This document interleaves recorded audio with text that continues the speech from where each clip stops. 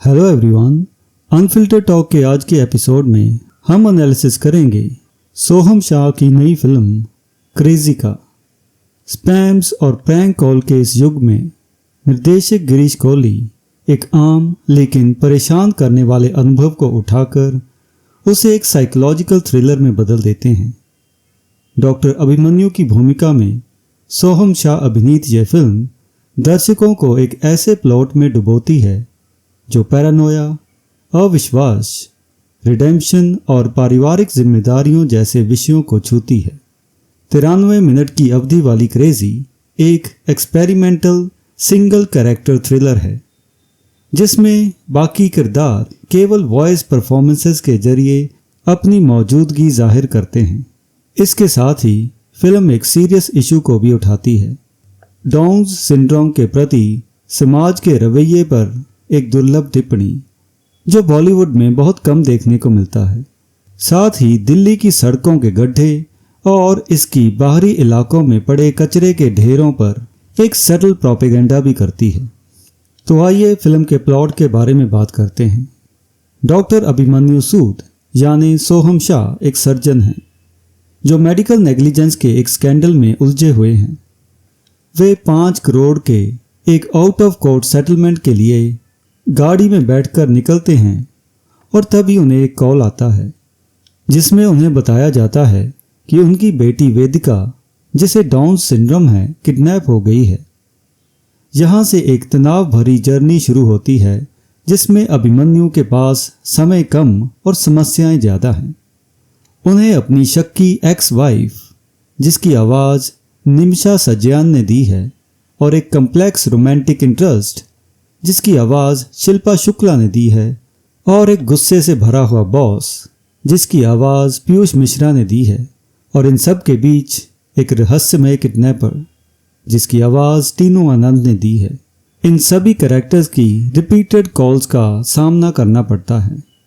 हालांकि शुरू में प्लॉट काफ़ी मजबूत और तेज़ है, पर जैसे ही अभिमन्यु दिल्ली की सीमा पार करता है स्क्रीन प्ले कुछ कमज़ोर पड़ने लगता है, जिससे टेंशन और इमोशनल इम्पैक्ट कुछ कम हो जाता है।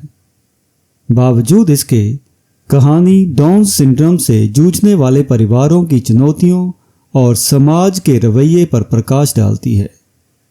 हम इस थीम के बारे में विस्तार से चर्चा करेंगे, लेकिन उससे पहले परफॉर्मेंसेस के बारे में बात कर लेते हैं। सोहम शाह ने प्रोटैगनिस्ट के भावनात्मक उथल-पुथल, मॉरल कॉन्फ्लिक्ट और शारीरिक थकान को बेहद प्रभावी ढंग से प्रस्तुत किया है। शाह अपने किरदार की शुरुआत के डिटैच्ड और स्वार्थी व्यवहार से लेकर सेल्फ रियलाइजेशन और रिडेम्पशन की तीव्र इच्छा तक का बदलाव सहजता से दर्शाते हैं। फिल्म का मुख्य आकर्षण एक रोमांचक मल्टीटास्किंग सीन है जहां शाह एक वर्चुअल सर्जरी करवा रहे हैं। बीच में उन्हें किडनैपर भी बार बार फ़ोन करता है और अपनी पंचर हुई कार का टायर भी बदल रहे हैं। हालांकि इस सीन में जो सर्जरी दिखाई गई है उसके ग्राफिक विजुअल से बचा जा सकता था। वॉइस परफॉर्मेंसेस के माध्यम से सहायक कलाकार भी नैरेटिव में कंट्रीब्यूट करते हैं। निमिषा सज्जान एक डिस्ट्रेस्ड एक्स वाइफ की भूमिका में इमोशनल इंटेंसिटी लाती हैं। वहीं शिल्पा शुक्ला प्रोटैगनिस्ट के कॉन्फ्लिक्टेड लवर के किरदार को तीखेपन और सच्चाई के साथ पेश करती हैं। बॉस की भूमिका में पीयूष मिश्रा की आवाज़ के जरिए अथॉरिटी और स्केप्टिसिज्म भी देखने को मिलता है, पर कई बार उनका चिल्लाना थोड़ा ज़्यादा लगता है। किडनैपर के किरदार में टीनू आनंद अपनी खतरनाक और चिलिंग आवाज़ के जरिए डर पैदा करने में सफल रहते हैं, लेकिन एंड तक आते आते कुछ दर्शकों के लिए फिल्म का प्लॉट प्रिडिक्टेबल हो सकता है। और अब बात करते हैं डिसेबिलिटी को लेकर इस फिल्म के नज़रिए की। क्रेजी फिल्म समाज में डिसेबल लोगों के प्रति स्टिग्मा को एक तरीके से क्रिटिक करती है। वेदिका का डाउन सिंड्रोम एक ऐसी स्थिति है जिसे अक्सर परफेक्शन को प्राथमिकता देने वाले समाज में स्टिग्मेटाइज किया जाता है, और ये कंडीशन डॉक्टर अभिमन्यु के मॉरल डिग्रेडेशन और फाइनली उनके रिडेम्पशन का आधार बनता है। फिल्म स्पष्टता से अभिमन्यु की शर्म और डिसेबल्ड लोगों के प्रति उसके बायस को उजागर करती है। जहां वह शुरुआत में वेदिका को एक लायबिलिटी के रूप में देखते हैं। यह रवैया उन व्यापक सामाजिक मान्यताओं का प्रतिबिंब है जो डिसेबल्ड व्यक्तियों को हाशिए पर डाल देती है। हालांकि समाज का एक बड़ा हिस्सा डाउन सिंड्रोम से प्रभावित व्यक्तियों के प्रति अपने बायस को खुले तौर पर व्यक्त नहीं करता, फिर भी उन्हें अलग दृष्टि से तो देखा ही जाता है। लेकिन निर्देशक कोहली ने वेदिका को सिर्फ प्लॉट डिवाइस की तरह इस्तेमाल होने वाला कैरेक्टर नहीं बनाया है। उन्नति सुराना का ब्रीफ रोल उनके कैरेक्टर को ह्यूमनाइज करता है, जिससे समाज द्वारा दिए गए लेबल्स से ऊपर उठकर उसकी रिजिलियंस और इनहेरेंट वर्थ सामने आती है। यह कहानी दर्शकों को पेरेंटल जिम्मेदारी और एक्सेप्टेंस जैसे अनकंफर्टेबल सच का सामना करने के लिए प्रेरित करती है, खासकर एक ऐसे कल्चरल बैकग्राउंड में जहां डिसेबिलिटी पर चुप्पी या शर्म का पर्दा डाल दिया जाता है। वेदिका की किडनैपिंग अभिमन्यु के दबे हुए गिल्ट को दिखाती है, जो उन्हें अपने अबैंडनमेंट से जूझने और अपनी बेटी की इंडिविजुअलिटी को पहचानने पर मजबूर करती है।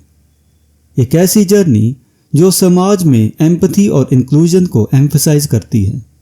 और आइए बात करते हैं फिल्म के टेक्निकल एस्पेक्ट्स की।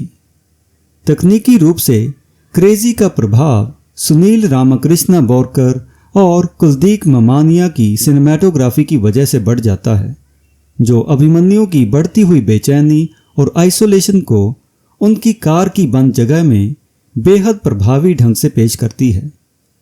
विजुअल स्टोरी टेलिंग प्रोटैगनिस्ट के भीतर चल रहे इमोशनल टर्मोइल को तीव्रता से उभारती है। हालांकि दिल्ली की सड़कों और इसके पेरिफेरीज में होने वाले सफर के दौरान थ्रिलिंग सीन्स की कुछ कमी महसूस होती है। जैस्पर किड का बैकग्राउंड स्कोर बॉलीवुड के कुछ आइकॉनिक ट्रैक्स के साथ खूबसूरती से घुल मिल जाता है, जो खास तौर पर 40 से ऊपर की उम्र वाले दर्शकों की यादों के साथ खेलने का प्रयास करता है। लेकिन टीनू आनंद के फोन पर फिल्म सरकार के डायलॉग की कॉलर टोन थोड़ी आउट ऑफ प्लेस लगती है, जो टीनू आनंद की कैरेक्टराइजेशन में क्लैरिटी की कमी के कारण है। फिर भी फिल्म की एडिटिंग प्रिसाइज है और डायनामिक भी है, जो फिल्म की गति को लगातार एंगेजिंग बनाए रखती है। तो फाइनली हम ये कह सकते हैं कि यह फिल्म कुछ कमियों और थोड़े अंडरवेलमिंग क्लाइमैक्स के बावजूद एक महत्वाकांक्षी और प्रभावशाली थ्रिलर बनी रहती है। फिल्म के मेकर्स ने इसके रिलीज के दूसरे हफ्ते में क्लाइमैक्स में थोड़ा सुधार किया है। वो तो आप थिएटर में जाकर ही देख सकते हैं, क्योंकि हमने ये फिल्म मुझसे पहले ही देख ली थी। पर अपने मूल रूप में भी यह फिल्म सोहम की परफॉर्मेंस और गिरीश कोहली की इनोवेटिव डायरेक्शन के लिए तो देखी ही जा सकती है।